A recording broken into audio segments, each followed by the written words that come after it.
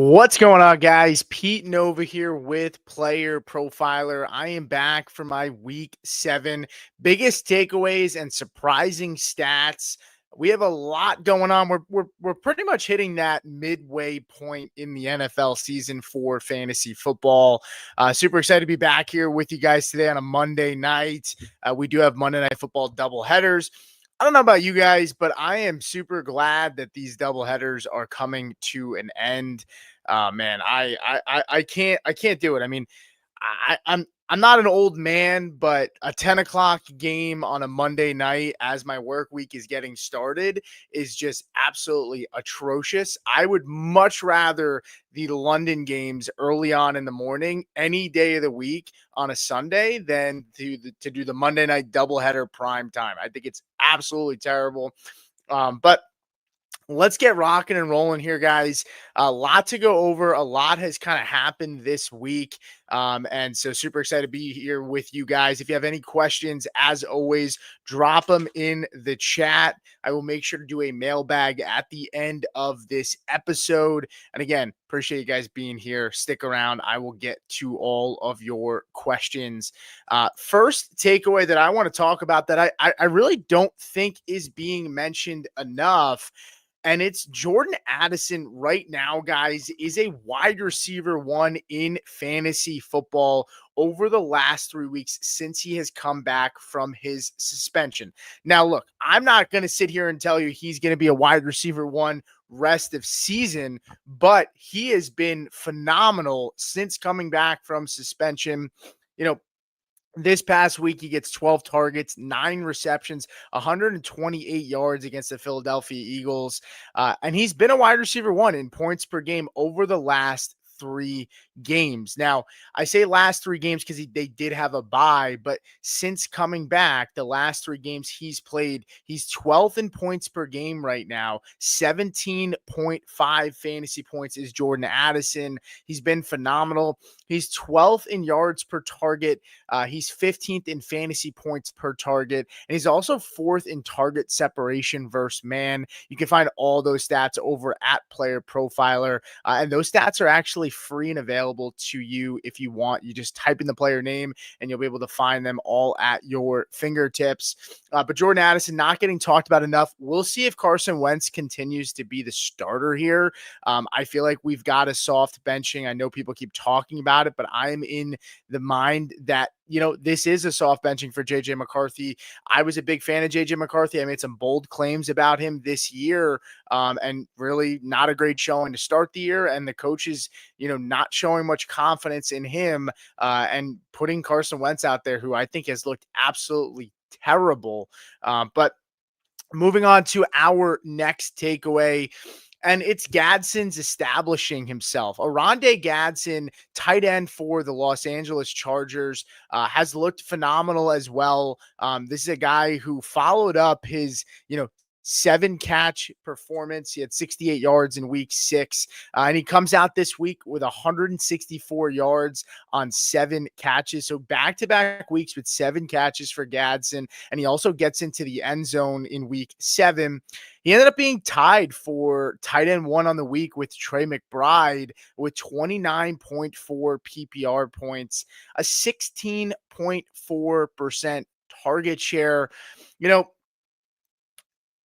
It almost feels like, how many weapons can Justin Herbert and the Chargers have? I mean, you have Quentin Johnston, who looked phenomenal and was playing out of his mind to start the year. Then he missed the game with injury. And then last week, did not do much this past week. You have Keenan Allen, who's found a resurgence, in his career after maybe somewhat of a down year in Chicago last year. He's looked great in this offense. And then you have Ladd McConkey, who started the year off kind of slow, but has rebounded very, very nicely the last couple of weeks. Insert Oronde Gadsden, who, was a rookie, comes from a pedigree with his family's tutelage. His dad, playing NFL football, is a guy that came out of Syracuse, was a wide receiver, converted to a tight end. So we knew he had the ball skills, high ceiling for this guy. Tight ends, though, I need to express a little bit of hesitation in that Rondé Gadsden is not a must start every single week matchup proof tight end. You're not picking him up and saying, all right, he's a set it and forget it tight end. I don't got to worry about the position the rest of the season. I don't think he's ever going to be that way, but it's possible. I mean, the ceiling is there for him, but we know tight ends like defenses are very, very streamable week over week. I mean, we have seen tons of guys be flashes in the pan, or tons of guys start the season off really strong and then kind of fizzle out. We'll see if Gadsden can continue building on this momentum, but he is establishing himself as a very, very strong option and a favorite of Justin Herbert in this offense. Let's move on to number 3, and more Jacoby Brissett, please. More Jacoby Brissett. If we want these fantasy assets in this offense, which really at this point is just Marvin Harrison Jr. and Trey McBride, then we need more Jacoby Brissett. Jacoby's averaging 299.5 yards per game, and this offense has looked much, much better with Jacoby Brissett under helm as opposed to Kyler Murray. Let's see if they turn back to Kyler Murray this week. I mean, it's not like they've won games with Jacoby Brissett, but again, not his fault. He's facilitating this offense much better than Kyler Murray has been. We look at Trey McBride. He gets a double dip. We see him score 2 touchdowns this week. And this is a guy that we couldn't even find the end zone with Kyler Murray last year. And now we get Trey McBride scoring touchdowns. If Trey McBride is scoring touchdowns, I mean, the sky is the limit for him in fantasy. And you also look at Marv, who maybe the connection wasn't there, only 2 catches, 58 yards, but he still had 6 targets, which was really, really encouraging for him. That at least the volume is there, but they just need to work out on that connection. And of course, we will see, if that can be established more and if Jacoby's going to be out there. But I think this offense is in a much better place with Jacoby in there. And this team, 5-game losing streak, I'm pretty sure that is not going to get done. Crazy when you think about how solid they started the year. But just goes to show when you don't change things, and your team was a mess the year before, in my opinion, you kind of get what you deserve. And that's kind of how we're seeing it play in full time right now. So, we'll see, but I do hope for us from a fantasy standpoint, I'm really, really hoping that we can get Jacoby Brissett in there. We do have 2 games on deck tonight, so that means DFS lineups have to get set very, very soon. So with that in mind, let's hear a word from the Podfather. So let's put our hoodie on and let's talk about Player Profiler's DFS Dominator. It has a cash game optimizer that leverages the projections from Billy and Bradley and Evan and that Player Profiler AI engine to create cash game lineups that certainly have a high floor, but also give you that ceiling. Now, you've probably heard about the most powerful tool of all, our Lineup Genius. We know winning GPPs requires a completely different approach, which is why our Lineup Genius takes you through the process of selecting the quarterbacks in the juiciest matchups. Then it highlights the stacks and runbacks that are available, lets you pick the chalk level, lets you pick the level of correlation with a number of other proprietary settings available to you. Click a button and it generates hundreds of lineups to be imported into FanDuel and DraftKings. And it's just $45 a year, not a week, a year. So go fight fire with a Player Profiler DFS Dominator. And, you have the game starting here in 4 minutes, but I promise you're not going to miss much in that game. You're going to want to stay here, but make sure if you haven't already, make sure you set those lineups because we are kicking off just in a few minutes. But we still have a ton of nuggets to go through here, guys. So let's just keep on rolling. Number 4, Jacksonville's wide receiver room. This is going to be a very, very interesting room to see how it plans out the next few weeks. As you know, I have been a proponent to buy Brian Thomas Jr., and the read feels right. I mean, the volume is there for Brian Thomas Jr. He had 7 targets again this week. He only caught the ball 3 times, 31 yards. We're seeing an issue with the drops. That is not going anywhere. And now we have a potential injury for Brian Thomas Jr. He gets jammed at the end of the game and comes down with a shoulder injury. And I don't know. He might miss some time, but coaching staff does not seem very happy with what's going on there. And then we got to talk about Travis Hunter, who we have talked about Travis Hunter on this show as a guy where it's like it's not it's very painful if you have him on your bench right now and he's not startable until we see it. Now we see a pop from Travis Hunter. If, and I mean if, there is a world that BTJ misses games, Travis Hunter is going to be a awesome flex option. But we also have a Trevor Lawrence problem. Got to be honest, Trevor Lawrence looks terrible, and that's not mind blowing to say. But Trevor Lawrence, I mean, the receivers at times have not done him favors, but he just looks lost out there. Trevor Lawrence is a guy where you watch him play and you really can't necessarily fully pinpoint the issues, but it just doesn't look right. And he's had time and time again, coordinator after coordinator, excuse after excuse, and he just hasn't looked that good. This feels like a fraudulent team, but keep in mind, these London games are very, very weird. This is a team that beat the Kansas City Chiefs. They've beaten some solid teams. They've had some good performances. So we'll see if they can get things right. But this is a team that I feel like is desperate for a bye. And we do have a lot of teams on bye this week. Let's move on to takeaway number 5. And Rice on cue, man.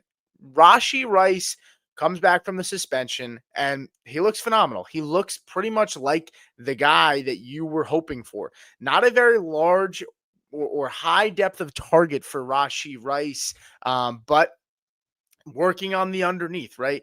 You do worry a little bit about Travis Kelce with Rashee Rice eating into him. It's going to be Rice eating into Kelce more than Kelce eating into Rice because they like to work that intermediate with the two of them. But Rashee Rice, 7 catches on 10 targets, 42 yards. So we talk about that low ADOT, a lot of underneath stuff, only 42 yards on 7 catches, but 2 touchdowns and a 28.6% target share.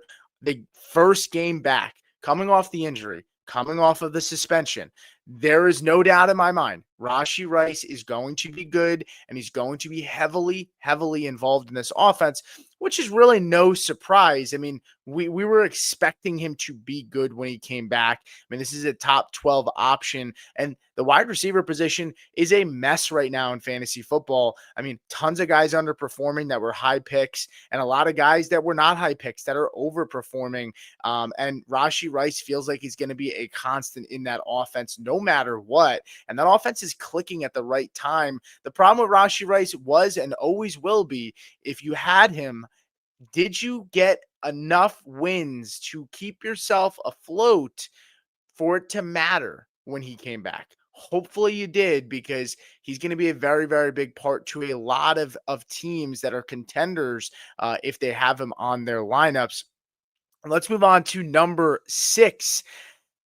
And this one really hurt, guys. It really hurts, but it's Stevenson holds firm. Ramondre Stevenson is holding firm on this starting running back spot on this Patriots team. I almost want to talk about this segment here, as it almost needs to be like a session to vent for me. I mean, I know I'm not the only guy that is sitting there super frustrated. We're seeing Terrell Jennings get more carries in a game over Trevion Henderson. I mean, what in the world is going on? This is a 2-part segment here because we got to give Ramondre Stevenson credit, right? He looked good this week out of nowhere. 18 carries, 88 yards, a touchdown, and 2 receptions. I mean, it's not like Ramondre Stevenson has been setting the world on fire, but there's trust there for whatever reason with the fumbles, with the bad performances. It's not even just the fumbles. I mean, this is a guy that, I mean, it looks like he's got a dump in his pants. Like, I don't know. Looks like he's got a full diaper half the time he's running.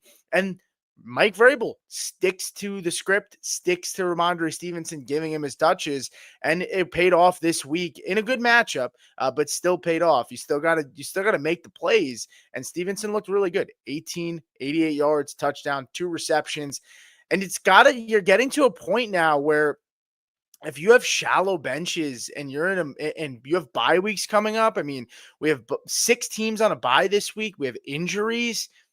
Trevion Henderson is approaching cuttable status, and he might have already been, but you hoped when Gibson got injured that things were going to change. And it hasn't been that long since Gibson's been gone. So you can sit there and say, well, he could still turn it around, but we're really not really seeing life and signs of that. And Mike Vrabel, again, Terrell Jennings. I don't even know who this guy is. Who is Terrell Jennings?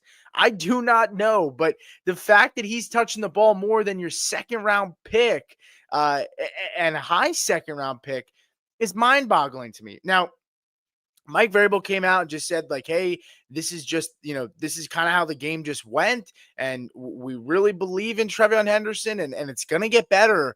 And I sure as hell hope so, because I am a bag holder that the bag is getting too heavy to hold, where I might just drop the bag in the middle of the street and keep walking, because I don't know. There are some teams that need some help with injuries and buys, and Trevion Henderson is making it really, really tough to, justify a roster spot. And he is a guy that you just know, as soon as you cut this guy, he's going to pop off. And that's the biggest reluctancy for me, but it's getting close. And I would not blame people if they wanted to go in a different direction at this point with the running back position. Let's move on to number 7. And let's talk a little bit about opportunity share for the running back position. Some guys that are just holding a grip on their roles and performing in fantasy for us. And right now, the top 6 running backs, Jonathan Taylor, 86.1% opportunity share, absolutely elite. That is not a surprise for Jonathan Taylor, who we have seen handle very, very strong workload in his career. And it's really always been about health for Jonathan Taylor, but he is in the hottest offense in the NFL with the Colts, one of the best offensive lines in the NFL, and he's making the most of it. 3 touchdowns last week. I was skeptical, and I sure as heck look wrong. Jonathan Taylor has been phenomenal. Then you have James Cook, 84.3% opportunity share over the last 4 weeks. And James Cook, the opportunity share did not look great before the bye. So that is one to monitor. We'll see what happens, but that Atlanta Falcons game was pretty frustrating. If you owned James Cook, CMC at 3 with 84.1% opportunity share. He's been an absolute savage. We've always said if he's healthy, I said it. If he's healthy, he's the RB1. He's making a strong case for it right now. JT's pushing him right now. So is Bijan, but those 3 guys are absolute monsters this year. Then you have Saquon Barkley at 81.4, who's kind of been disappointing this year, which a lot of people predicted. We'll see if that can get turned around. You have Devon Achane at number 5, 79.8% opportunity share. And then you have Genty at 78.8% opportunity share. Super, super encouraging, at least from a volume standpoint for Genty. But the production has been up and down. And this is a guy that I was worried. They lost their starting left tackle and their best offensive lineman on an offensive line that's one of the worst in football. So we'll see. But Genty is a guy that I have some concerns about. And I pegged him as a guy to sell after that big Bears game, especially when they lost, again, their best left tackle or their best offensive lineman. So that's the running back opportunity share. Let's go on to the next one here, which is wide receiver opportunity share. And we're going to talk about target share for the wide receivers here. The last 4 weeks, Jamar Chase, what can you say? I mean, 36.1% target share for him. I mean, Joe Flacco, we talked about it last week with Chase Brown, but Joe Flacco is going to raise the floor in this room. And he's going to be a guy that's just going to sit there and just be like, whatever, man, I'm just going to keep giving the best guy the opportunities. And this guy's going to make me look good. I mean, Joe Flacco knows how to play football at the quarterback position. He might not be athletic as much anymore. He might not have juice as much as he used to, but he sure as heck can get playmakers of football, and we've seen that time and time again when he's been thrusted into starting roles. Moving on to the next player here, it's Amon-Ra St. Brown with a 34.7% opportunity share over the last 4 weeks. Jackson Smith and Jig with 32.9%. We're seeing that still be very stable. We saw him to start the year with an insane target share, and he's still holding on to an insane target share. So that's super encouraging for him. Stephon Diggs, 31.2%. This was a little bit of a surprise because the route share was not there for him, but the opportunities in terms of the targets when he's on the field, he's getting targeted. And so we'll see, but we know the volume is there for Diggs. It's just a matter of how high is that ceiling. Then you have, Debo, who we talked about him. He's dealing with that injury right now. Kept him out this week. We'll see if that's something that's going to continue, but he's got a 31% target share. And then Chris Olave, another fun guy to talk about here, 30% target share for Chris Olave. He's been awesome this year. Really, really nice value if you got him. He was being drafted in terms of like the 7th to 8th round, depending on where you played. Some places even later than that. But Chris Olave with an awesome week this week with that big play downfield, then scores the touchdown. So really, really encouraging to see for him. And let's end it on 2 more here. A little bit of a down note, and then we'll end it on a high note here. The down note is players that are trending down right now.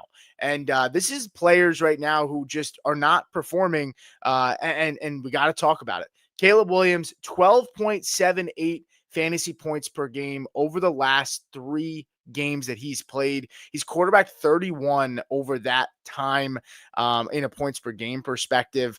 So really, really not good for Caleb Williams. That offense has to get back on track. Swift has been good though. The running game has looked better, but we've hit a little bit of a tough spot here with Caleb Williams. Let's see if he can kind of revive himself, which I do feel confident he's not going to be 31st going forward. It's been a couple of bad weeks. Travis Etienne, 11.07 points per game over the last 4 weeks. Really, really tough to see so far. He's kind of falling off.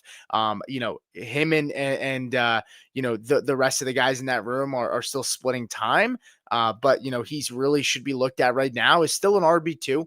Still an RB2, but a little bit of concern if Tootin, continues to find himself more and more touches. I don't expect Travis Etienne to not, get touches and for to mainly go to Tootin at all. But it's still something to monitor.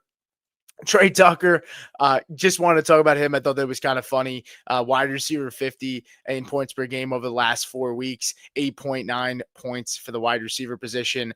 When you look at him, he was wide receiver 4 over the first 3 weeks. But you look at a guy like Trey Tucker, and that's a volume chase. That's a points chaser. You're chasing points with Trey Tucker. He had those spikes, but he's never going to be a guy that's going to be extremely startable. Maybe with Jacoby Myers going out, you might feel a little bit better, but I put my chips on Jack Besh more than I would Trey Tucker if you're looking for some consistent volume on a week-by-week basis if Jacoby Myers is in fact traded. Rome Odunze, we got to talk about him. I mean, hasn't put up double-digit points in the last 2 games that he's played, plus a bye. So that means over the last 3 weeks, we really haven't been given much from Rome Odunze. I know he got the touchdown call back against the Commanders 2 weeks ago, but this week was pretty tough to see. I think the Bears just got out to a really strong lead, and that offense stalled out because the defense really just put them in good spots, and it just hasn't really worked out for Rome. Hoping that he could bounce back because he's got a phenomenal schedule going forward. He would be a buy low for me if anybody is silly enough to want to trade Rome Odunze. And I get it. The last 3 weeks, he really hasn't given you much. He hasn't even given you a combined 20 fantasy points in 3 weeks combined. But keeping in mind, one of those weeks was a buy. But still, got to talk about it. Last player here on the trending down, and then we'll talk about the trending up, and I'll answer any questions you guys might have. Hunter Henry, tight end 28 in points per game over the last 4 weeks after being a top 5 tight end over the first 3 weeks. He's seeing 3.5 targets per game. So that's been a little discouraging for Hunter Henry, but he's a guy that operates hot and cold. He goes on runs, Hunter Henry. So I don't think this is the last that we've seen of Henry, but he could be up and down, and that would not be surprising. I did not expect him to hold top 5 tight end status rest of the season like we saw to start the year. Moving on to a more positive note, some guys I want to highlight that have just been really, really nice and are trending in the right direction. Matthew Stafford. Let's talk about it. Matthew Stafford, 22.42 fantasy points, 6th. Matthew Stafford is 6th in points per game, and it's like nobody cares. Over the last 4 weeks, Matthew Stafford has been killing it. Absolutely killing it. I mean, the distribution of the football last week, Davante Adams, 3 touchdowns. I mean, we knew this was going to happen with Davante Adams if Puka Nacua missed time. We've talked about it. Matthew Stafford's been phenomenal. Then you have Quinshon Judkins, RB15 in the last 4 games, 16.4 fantasy points. What can you say? I mean, a smash matchup this week against the Dolphins. We all saw it coming. He's been really, really good, though, over his last 4 weeks. 16.4 fantasy points. Again, running back 15. Theo Johnson, tight end 10 in points per game over the last 4 weeks, 13 points per game. Him and Jackson Dart seem to have a pretty strong connection, and they're depleted at weapons there. So Theo Johnson is another interesting player. But again, talk about the tight end position. Unless they're these very, very strong established players, there's going to be guys that go on runs like this, like we saw with Hunter Henry. Then we see with Theo Johnson. We could be seeing that with Oronde Gadsden. We'll see, but I try not to drop a ton of fab on some of these tight ends just because it's a streamable position. And if you don't have an elite guy, you're pretty much, streaming, playing matchups. That's just the name of the game. And the last guy, we got to talk about him. My guy, Ladd McConkey. Talked about him last week. Wide receiver 6 the last 3 weeks, and wide receiver 12 over the last 4. He hasn't been under 14.9 fantasy points over the last 3 games. I mean, we are seeing it with Ladd. The targets have been there. It's just really about the fact that they weren't connecting, and we're seeing it now. He looks like he's back. I'm comfortable and confident enough to say Ladd McConkey is back. Fine saying that. I feel super, super good about him if you have him going forward. Hopefully you had a chance to buy low on him when some managers were stressing out about him. But let's take a look at any questions that you guys might have. Some of the mailbag here. We have Mark in here who said start Nico Collins or Igbuka full point PPR. Well, that game already started, so I am sorry, Mark. We didn't get to that one. I would have said Nico Collins, just because with Igbuka, you're taking a risk of maybe him re-injuring or coming out of the game. So there's some concern there, but we'll see. That game's going on right now. MT said teams should call the Patriots for trade offers on Henderson if they're not going to use him. Yeah, I mean, this kind of feels a little bit like Jahmyr Gibbs. Where, his rookie season, we were extremely frustrated. David Montgomery was getting touches. The difference is David Montgomery was a really, really good running back at the time. I don't think Ramondre Stevenson is a very, very good running back. Again, got to give him his credit. He's been good. At times, I don't even want to say he's been good. He had a good week. He has not really been that good this year. But I don't think that's going to happen, MT. I mean, I know we're all hoping for it. It would be really nice, but I can't see them moving off of a young player that quickly, especially one that they spent such high draft capital on. If teams call, they'll probably be putting the phone down and hitting the end button, because I doubt they're going to want to field or listen to any calls there. But that's going to do it for me, guys. I'll let you guys get out of here. Thank you so much for supporting the show and jumping on. I know these ones have been a little tough because we're kind of pushing up on, the actual, the double headers that are now starting super, super early and kind of messing with the show a little bit. But that's okay. But thank you so much for watching. Make sure you like and subscribe, and we'll see you guys next time. Hey, I want to take a moment to thank you for tuning in. It's important to me that all of our media be free. This is only possible because of you allowing a true independent sports media enterprise to thrive unlike any other in the business. So please subscribe to the All-In Package to continue to make all of this possible, to ensure that all of our stats, information, data, content is available to you, especially you, the people that get the site and get the show.